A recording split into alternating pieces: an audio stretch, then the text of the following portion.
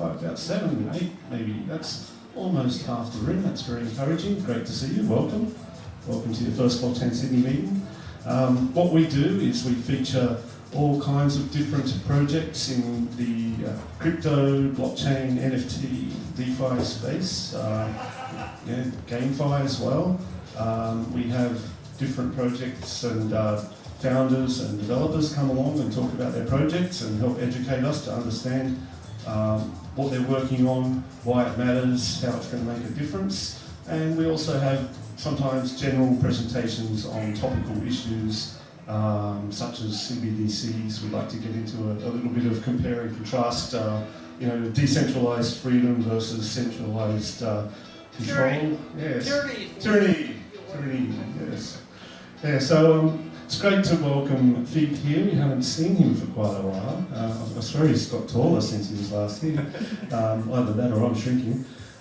So Fig's been around the world, various places, notably in Lisbon as well, and working on a DeFi cross-chain swap project. I believe it's a startup like a company, called Squid. And so he's going to tell us about Squid and what he's working on and why it matters and what he's hoping to solve for. And also perhaps tell us a little bit about some of his adventures as he's travelled around and met different people in DeFi and crypto. And after his presentation, we can do some Q&A, and I might do just a bit of a roundup of current events in crypto and blockchain as well at the end. So without further ado, I'll hand over to Fig. Welcome. Thanks a lot. Hey guys. Nice to be back. I used to come to these events while I was living in Sydney back in late 2020 and early 2021. I was working in finance in the city and in traditional finance, and doing this on Wednesday nights, and eventually just got much more interested in crypto and quit and went full-time. My background is in medicine, actually. I studied medicine in Australia, and then I quit that, travelled to New York where I learned to code to sort of pay my way as a musician. I was a UX, UI designer and a front-end developer. And then also did some medical research coding as well, but that laid a good foundation for when I was in finance and getting into crypto to really start to understand the technology and just get excited by it. I'll tell a bit of the story since I left. So I quit my job in finance and flew to Lisbon. Not really, I'd met some people online through a Discord, through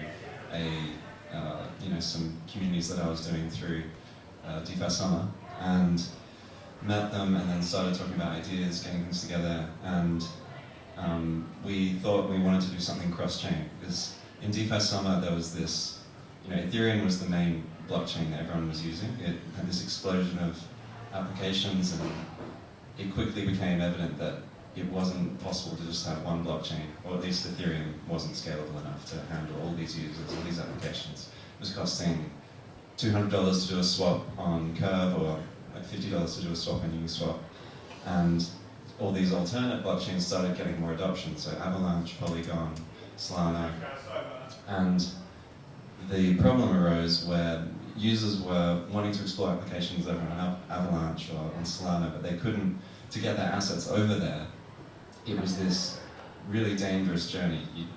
First of all, you had to look up how you were going to do it. You had no idea. I've got USDC here on Ethereum, but I want to get USDC on Avalanche. What does that even mean? Why isn't my USDC on Ethereum the same one as the USDC on Avalanche? And these things called bridges, which is what you use to transfer value across between blockchains, started becoming more adopted. And I went through this journey myself, like finding a bridge, finding the asset to get over there, and then if any of you use crypto, you need gas tokens to actually submit transactions on blockchains, so you needed to get the AVAX for the gas token. It was this crazy journey which took even people who are working in the space like me, 30 minutes, an hour to just work out how to do it. And then there was also this huge risk of bridged assets. I don't know if you've heard of these hacks, but a lot of bridge protocols have been hacked, and there's I think $2.5 billion, maybe more at this point, that's been lost due to hacks. So it's really dangerous, scary, hard to do. There's obviously this problem with just moving assets between blockchains, and that's what we set out to solve and raise some money and got a company now, it's called Squid, and about 15 people all over the world, Argentina, US, Portugal, some in Australia, and yeah, we just work completely remotely out of a Discord. And yeah, I'll talk a bit about the company and just about cross-chain. So this is Uniswap's interface. Uniswap's a DEX where you can exchange tokens on Ethereum or on any of these chains here. And what the experience back in 2020, even through 2022, was, well, and this is Uniswap's running today, you can swap between tokens, but you can only do that within Ethereum. And if you want to go use Uniswap on another chain, you can go to Optimism, but then you can only swap assets over there. And what we introduced, we were the first project to do this, apart from ThorChain, who do it in a slightly different way. But between the EVMs, you have this extra option. So Uniswap, you can only select the two tokens you're swapping between, but with Squid, you can swap token on the chain, token for chain, and it's still in one click. So that was like the magic trick we brought out. And do you want to ask a question? I do, if I could. So it's only across EVM chains?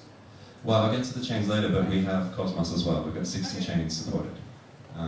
We don't have Bitcoin though, which is the one. Yeah. I'm willing to teach it. So ThorChain swaps to be native Bitcoin. That's why I brought that up. Yeah, so that's what we brought out, and this widget. This is a widget which other teams can install on their websites. So it's really easy to install and makes like adding cross-chain functionality only a matter of 20 minutes if you want to be fast as a new front-end developer. And how it works. So the way we did it is we made a combination of DEXs like Uniswap. This is SushiSwap's logo. SushiSwap, KaibaSwap, and then we use Axelar, this cross-chain protocol, which not only can it bridge, which is sending assets across chains, it can send some data across as well. So what people could only do before us was you might be able to swap and then bridge, and you'd end up with this bridged version of USDC, which is the insecure one that you could be hacked, and you have to then swap again. What we did is we can combine swaps over here, a bridge, and swaps over here, so you're always just swapping between non-bridged assets. Sorry if that's a handful, but basically we're combining all these different crypto technologies, and because they're all permissionless and decentralized, we didn't have to, we are partnered with all of these teams, but technically didn't have to partner with any of them to do this. It's one of the powers of crypto is that this technology is like so composable, you can build stuff so quickly. Like, if you imagine each of these was a bank, like that was Commonwealth Bank, this is like Westpac, and this is like NAB. And these exchanges, that's the Australian Stock Exchange, that's another exchange if there was one, because this may be one other. And this was another exchange.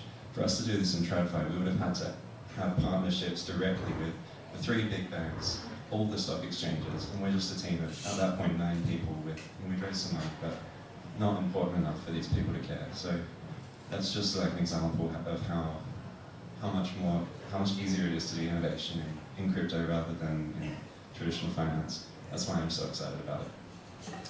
Sorry, do you mind just going back and just talking us through how it could actually happen and what happens? What was that? Yeah.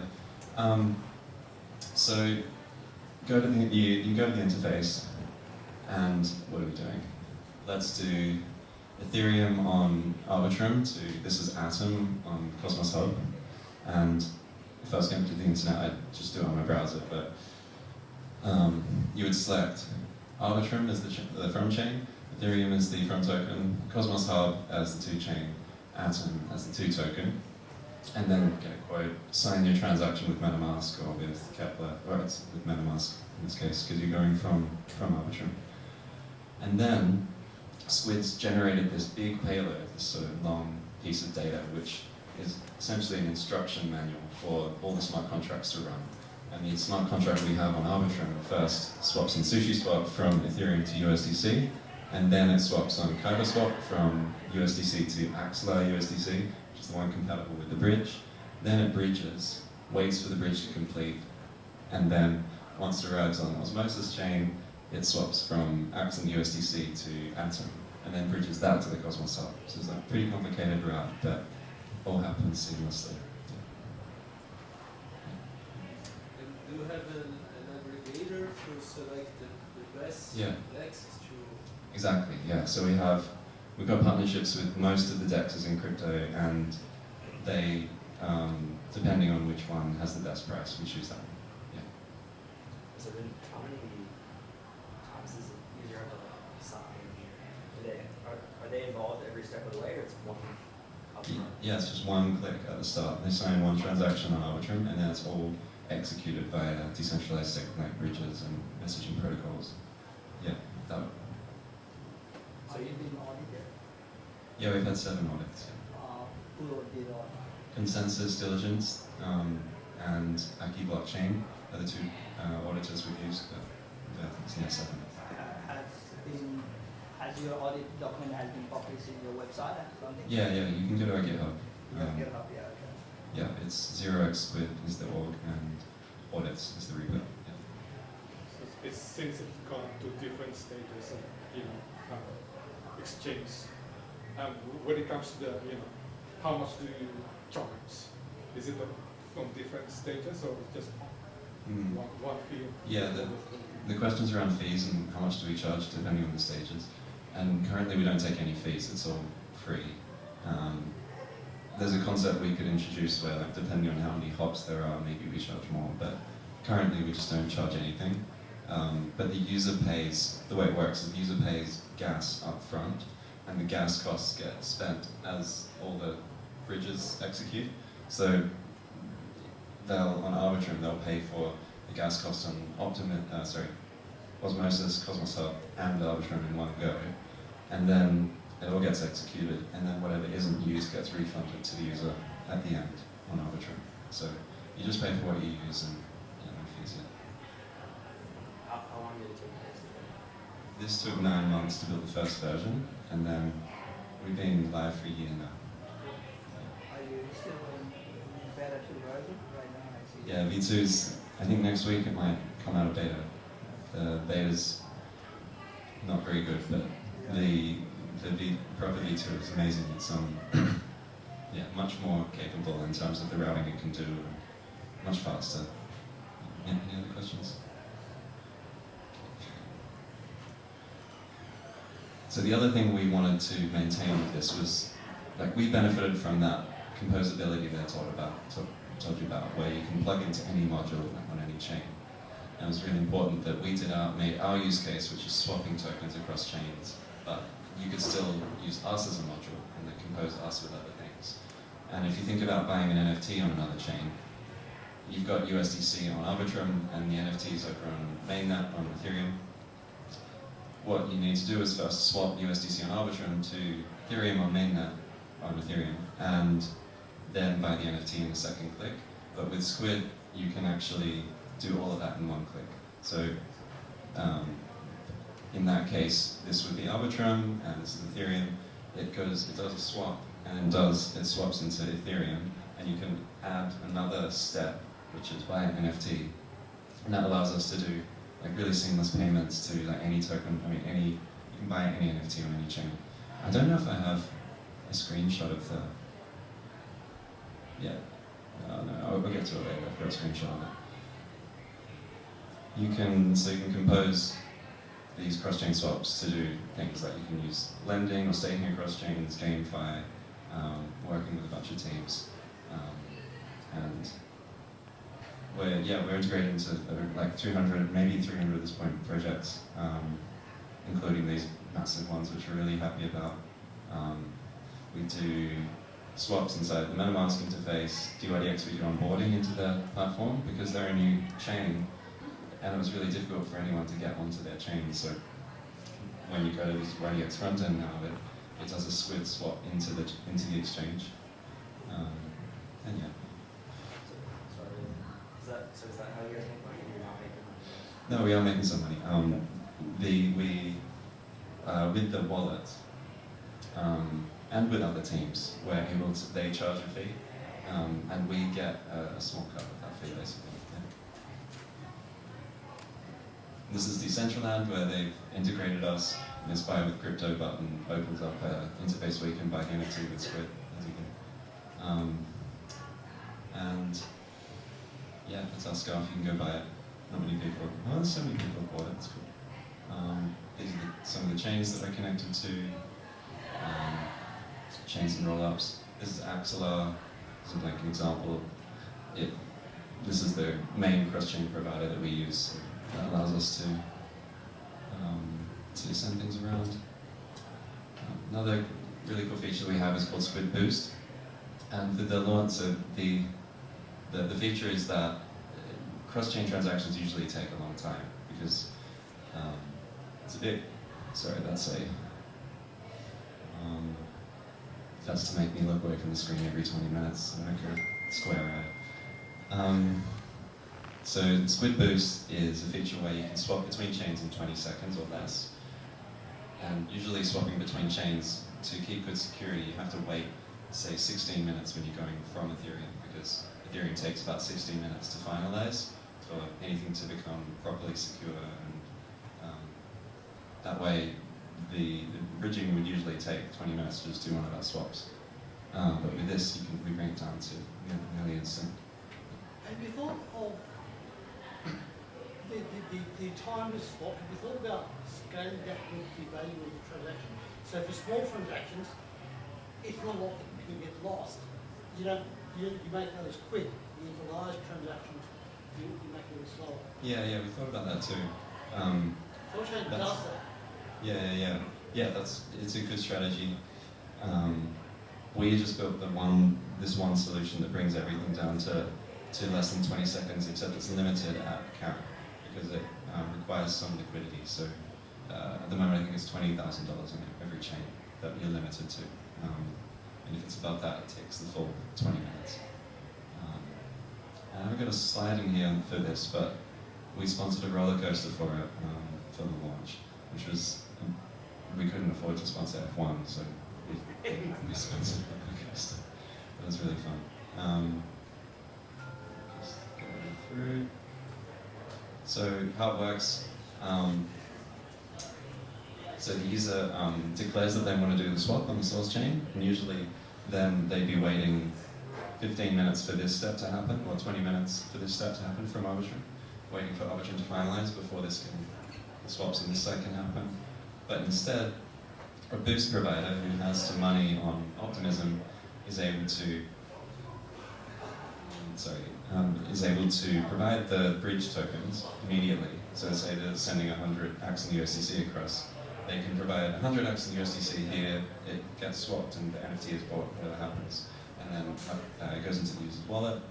And then what's happened is the user has received what they want, but now the boost provider is waiting for the bridge to finalize. And if something goes wrong in that 20 minutes, then the boost provider is the one who takes the loss. And that's also why we limit it to 20,000 at the moment. So yeah, the final step is wait 20 minutes and the money goes through our smart contract and the boost provider is repaid. So, not to simplify it in such a way, but is the boost provider just doing a short-term lending? Yeah, exactly. Yeah. It's a cross-chain loan. It's a loan secured by a cross-chain transaction. Yeah. And what sort of payments is the boost provider getting? What sort of saying? What's the return the boost provider? Oh, we're doing it at the moment. We're not taking a fee, so it's just free. I'm assuming you're looking to recruit boost providers. Yeah, there's a world where we get other providers to come in with a lot of capital, so you can do it, at scale, and maybe they would want to take a fee. Exactly. You guys are just doing it with Yeah. It's I guess to prove the concept. yeah. I mean, it's really low risk for us. We haven't lost any money with it yet, and it makes our product so much better. So it's worth it. Yeah. And I think that's all I have. So yeah, you can find me on Twitter. I think that is, and Twitter, and then that's our Discord. We just turned 1. We launched a year ago, and you can mint a birthday NFT for Squid across chain. So if you go to birthday.squidrawa.com, You'll see it on our Twitter if you go there. You should do it, yeah, mint it, and then you can play this game in our Discord if you get this, if you get the NFT.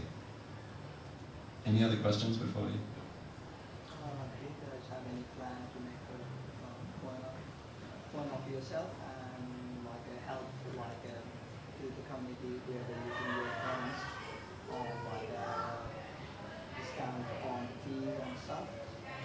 Yeah, the question. Or something, if you guys have any plan of that? The question's around, are we going to have a token, when token? And no plans yet. We don't have anything out for a token. We're just being focused on the product, but not building it out. So if you're swapping, say, asset B to asset B, what determines the price? I understand the 4-chain side automatic market maker, but in Squid, what determines the price? Yeah, in our case, the price comes from the dexes. So if you were to do the swap in Uniswap, it's the same price as what you get on Uniswap. So you're effectively automatic market maker underneath because you're using these dexes to use automatic market. Well, we don't have an, oh yeah, we're not an automatic market maker, but yeah, we are, exactly. Yeah. Underneath the When you're using us, you're effectively getting an AML experience, yeah. Any other questions? I don't know if I have any other slides. I think that's it. So yeah, thanks for having me. Oh yeah, one more.